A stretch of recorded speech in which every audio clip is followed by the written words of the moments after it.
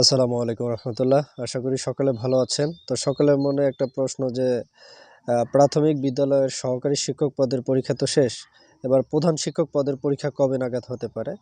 তো আসলে বেসিক্যালি তাদের অফিসিয়ালভাবে কোনো নোটিশ পাবলিশড করে নাই। তো আমরা যতটুকু খোঁজখবর নিয়ে জানতে পেরেছি যে আপনার পরীক্ষাটা ঈদের পরপরই হয়ে যাবে। তো পরীক্ষাটা গ্রহণ করবে পিএসসি। তো আশা করা যায় পরীক্ষাটা স্বচ্ছ হবে।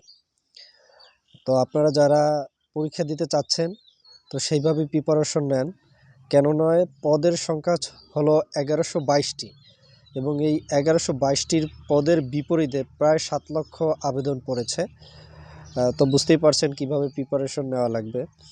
তো যাই হোক, চাকরি, পরীক্ষা এবং জাতীয় বিশ্ববিদ্যালয়ের যে কোনো প্রকার আপডেট পেতে আমাদের চ্যানেলটি সাবস্ক্রাইব করে রাখুন, বেল বাটনটি অন করে রাখুন।